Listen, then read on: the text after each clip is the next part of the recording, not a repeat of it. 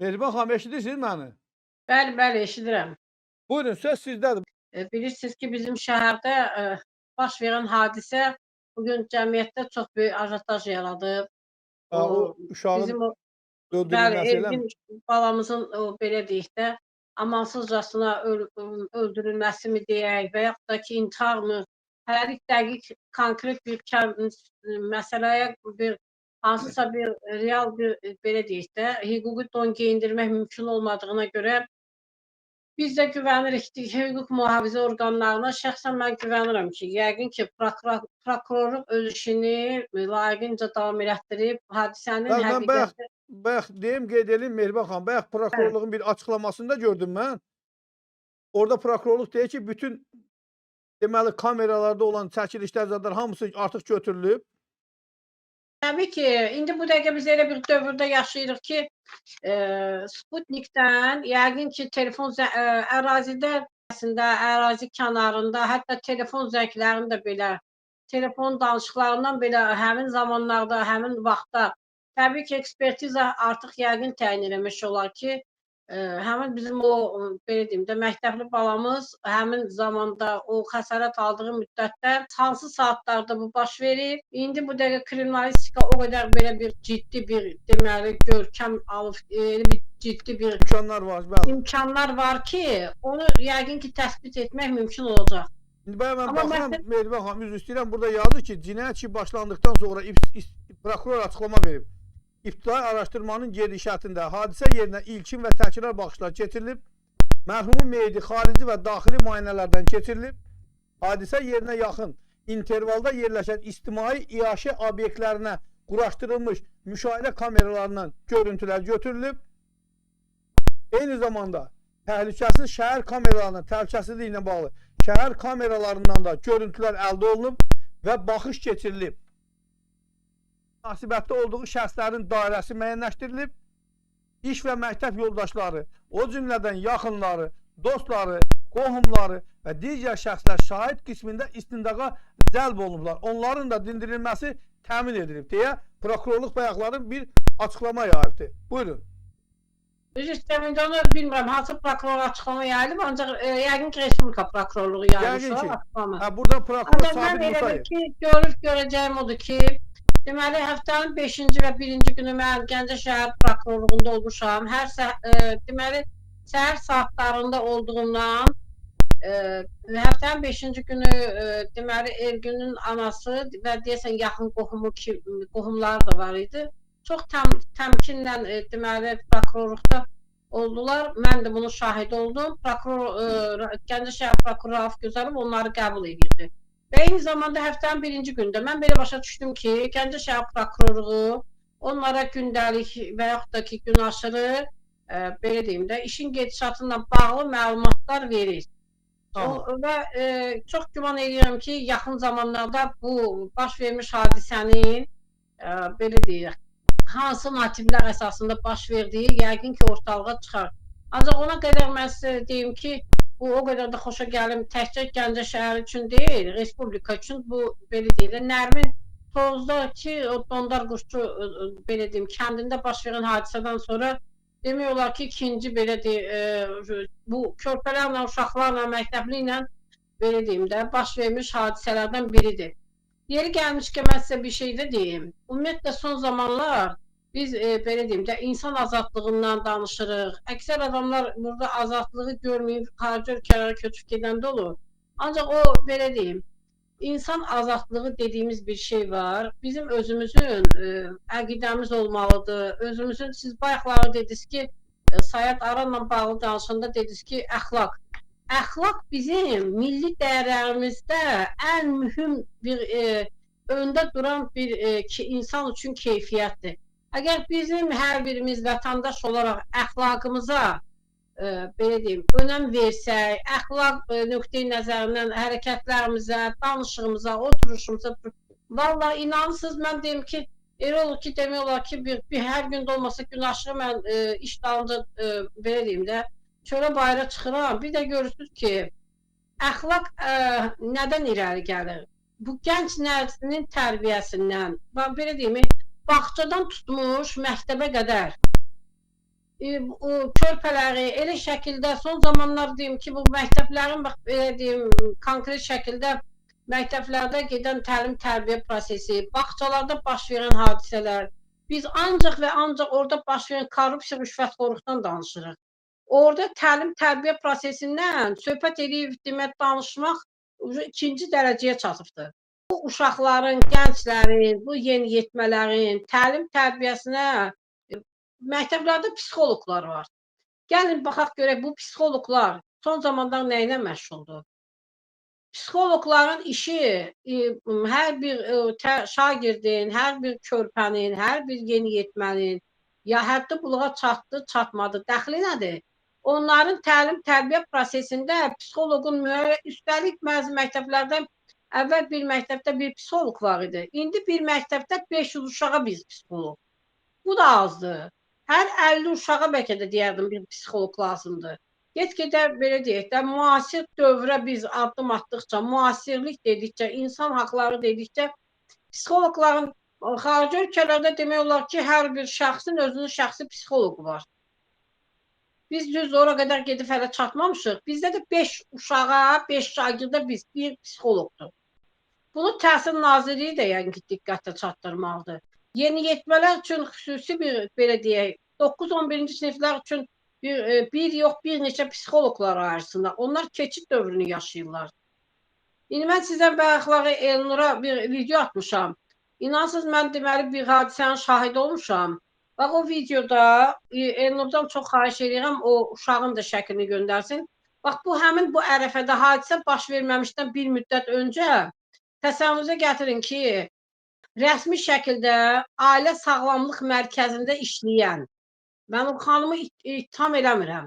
Ancaq bu xanım həkim, pediatr olaraq ailə sağlamlıq mərkəzində işləyə-işləyə, Yeni Gəncə tibb mərkəzində işləyir. Evdə deyirlər ki, belə məşhur pediatrdır. Uşaqları, xəstə uşaqları da evdə də qəbul edir. Hansı ki, bu indiki hal-hazırki məqamda evlərdə xəstə qəbul etmək qadağandır. Şəxsi kabinetiniz varsa orada eləyə bilərsiniz. Bax, bu Gəncə şəhərində yəqin ki, mən indi yaxın günlərdə maraqlandım. Səhiyyə İdarəsinin direktoru İlkin müəllim, üzr istəyirəm, familiyasını unutmuşam. İşdə olmadığına görə mən hələlik cavab ala bilməmişəm. Amma adını çəkdiyim pediatr Ümbül xanım Dadaşova. Yaşı başlı bir qadındır. Yəqin ki, hardasa yaşı 60-dan çoxdur. Qonşunun uşağını deməli küçədə döyür. Döyür deməli orada da görürsüz də boynundan vurub. Fikirləşmir ki, sən həkim olaraq birdən sən xaxın uşağını vurdun boynundan. Onun da boynundan o qədər sinirlər, şax damar keçir, gözünü kör edə bilərsən və yaxud da ki, iflic eləyə bilərsən. Sən axı həkimsən. Yolda döyür. Niyə döyür xalqın uşağını ki? Nəvəsi ilə uşaq bir küçədə yaşayanda dalaşıblar. Uşağı deməli qonşunun uşağını bu iş hətta prokuraturada belə olsa da Ümbül xanım həkim olduğuna görə mən buradan belə deyək də əldə etdiyim məlumata görə bu uşağı döydüyünə görə üstəlik özündə də uşağı deyil, özünü ekspertizadan keçirdi. Həkim deyil, həkim. Özdə necə, hansı həkim? Uşaq həkimi Ümbül Dadaşova. Təsəvvürünüzə gətirin ki, bu həkim özü də pediatrdır. Pediatr uşaq həkimi deməkdir. Sən uşaq həkimi olaraq, ay xanım, bir fikirləşirsənmi ki, bu nəvənin üstündə küçədə çıxıb, o da videosunu mən sizə atmışam. O döydüyün uşaq sənin nəvənlə yaşı 8-ci sinif şagirdidir. Sən onu boynuna vurduğun yerdə onun gözünü belə deyim də kör eləyərsən, onun bir şax damarını əzərsən, nə bilim, sən həkimsən, məndən də yaxşı bilirsən, sən ona hansı xəsarəti yetirə bilərsən? Mehrimə xanım. İstərik ki, anasını şantaj edirsən, deməli, ananın mən ana ilə söhbət eləmişəm, deyir, xanım, mən deyir, işdə oluram, uşaqlarımı çölə, bayra, küçüyə oynamağa çıxartmağa qorxuram ki, Ümbül Dadaşova, həmin bu həkim pediatr, özü çox maraqlıdır bu. Bundan bağlı mən sizə növbəti verilişlərimdə bir açıqlama verəcəm. Əksər bu Gəncə şəhərində həkimlər, hansı ki, dövlət xəstəxanalarında işləyirlər, özlərini növbəyə elə şəkildə yazdırırlar ki, bundan başqa bir neçə özəl tibb mərkəzlərində, özəl xəstəxanalarda çalışırlar. Mən belə başa düşürəm ki, bu həkimlər hələ üstəlik xəstə də qəbul edirlər. Bu Ümbül xanım haqqında deyər ki, məndə olan məlumata görə bu Yeni Gəncə tibb mərkəzində də işləyir. Dövlət xəstəxanasında da işləyir. Üstəlik evdə xəstə də qəbul edir. Belə çıxır ki, bu 24 saatın 24-ünü də ancaq pul qazanmaqla məşğuldur. Bəs bu ha vaxt Olsun. yatır. Olsun. Mehriban xanım, bu Elgünlə bağlı Gəncədə Hə. ümumiyyətlə nə danışır cəmaət və ya bu məsələn Siz, mən öz şəxsi fikrimi demək istəyirəm. şəxsi fikir mən demirəm. Ya cəmaətin danışdığı, çünki Camaatın prokurorluq indi dediyi məlumat bilsin, verdi ki, camaat kimin özü əlində belə fakt deyim də, varsa bizə kömək eləsin. Elgünün belə bu şəkildə dünyasını dəyişməyi, rəhmətə getmək, həmin ərazini yəqin ki, siz video görüntüləri görürsüz. Texnologiya Universitetinin belə deyək də, o uçulub dağılmış yataqxanasıdır. Bir neçə illərdir o şəkildə də durur. Hə. Yəni ora yiyəsiz xanadır da belə desək. Uşağın ora tək başına getməyi, O yataqxana orada olubdu əvvəl, indi nədir bəs elə? İndi elə bir xarabaxanadır, İndi elə elə mi belə ora? xarabaqanalıq deyil, Neçə neçə illərdir o mərtəbəli bilirsiniz şəkildədir. orada? Neçə mərtəbəli binadır? 5 mərtəbəlidir. 5 mərtəbəli binadır. Yəni heç kəs Bəli. yaşamır. Və bu tələbələr harda qalır Ümumiyyətlə onda? oranı tamam söküb dağıdıblar. Binanın ancaq belə deyək də, divarları qalıb. Pəncərə belə yoxdur. Bəs ora Ancaq onda uzun bu tələbələr müddətdir. harda qalırlar? Yataqxana yoxdur? Belə Yoxsa çıxır yeni ki, yoxdur da. Texnologiya Universitetinin yataqxanası belə çıxır ki, yoxdur. Yəqin ki, təmir üçün söküb dağıdıblar. Məsəl üçün, Gəncə Dövlət Universitetinin çox müasir, belə deyim də, formada tələbə şəhərciyi var. Özü də belə çox müasir formada bütün standartlara cavab verən bufetindən tutmuş yataqxanasına, kitabxanasına qədər. Aha. Aqrar Universitetdə də tələbə şəhərciyi var. Orada da yüksək səviyyədədir bu işlər. Amma Texnologiya Universitetində yəni bunu demək olmaz. Bax, bu həmin ərazi Texnologiya Bəs orada Universitetinə demirlər, bu uşaq niyə ora gedibdi?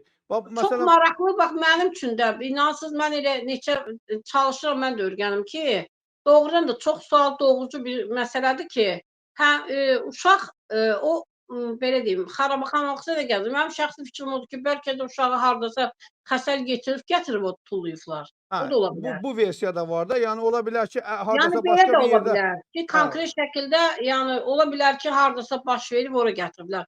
Və yaxud da uşaq orada, yəni belə deyək də, ora tam şəkildə xarabaxanalıqdır. Orada heç bir yaşayış yoxdur. Onun həyətində o uşaq nə gəzirmiş? Bax, o ən böyük sual odur. Zaten əgər bu MOBS şeylərini çıxartdılarsa, kamerada görüntüləri Yəqin çıxardıblarsa, ki, çox mənə elə gəlir ümidvaram ki, ki, qısa yəqin müddətdə bu yaxın məsələ bizim açılacaqdır. Gəncə ölkənin ikinci böyük şəhəridir. Orada demək olar ki, yəni ucqar bir yer də deyil, belə götürəndə. Şəhərin hansı Yəqin ki, hissəsi? Yəni kamera mərkəz hissəsinə görüntüləri yaxın çıxarılıbsa, yerdədir. yaxın zamanda nəsə bir xəbər ortaya çıxar. Şəhərin yaxın bir hissəsindədir, yoxsa şəhərdən kənardadır həmin yataqxana?